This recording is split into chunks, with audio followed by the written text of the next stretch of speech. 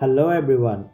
Welcome back with another very interesting video lecture on a parasitic disease of pet animals, especially in dogs. Dogs are infected with many external and internal parasites that are listed here. So in this video lecture, I'm going to talk about one of the important helminth infection in dog, which is Spirocerca lupi infection or Canine Spirocercosis.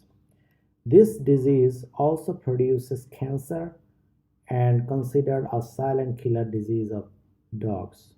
So throughout my video lecture, I'll talk about the important species, morphological features, life cycle, pathogenesis or pathogenic significance, clinical sign or clinical manifestation, diagnosis, treatment, control and prevention of spirocercosis or Spirocerca lupi infection in dog. So you may follow this channel's playlist to get more video lecture on parasitic diseases of domestic animals, pets, and birds.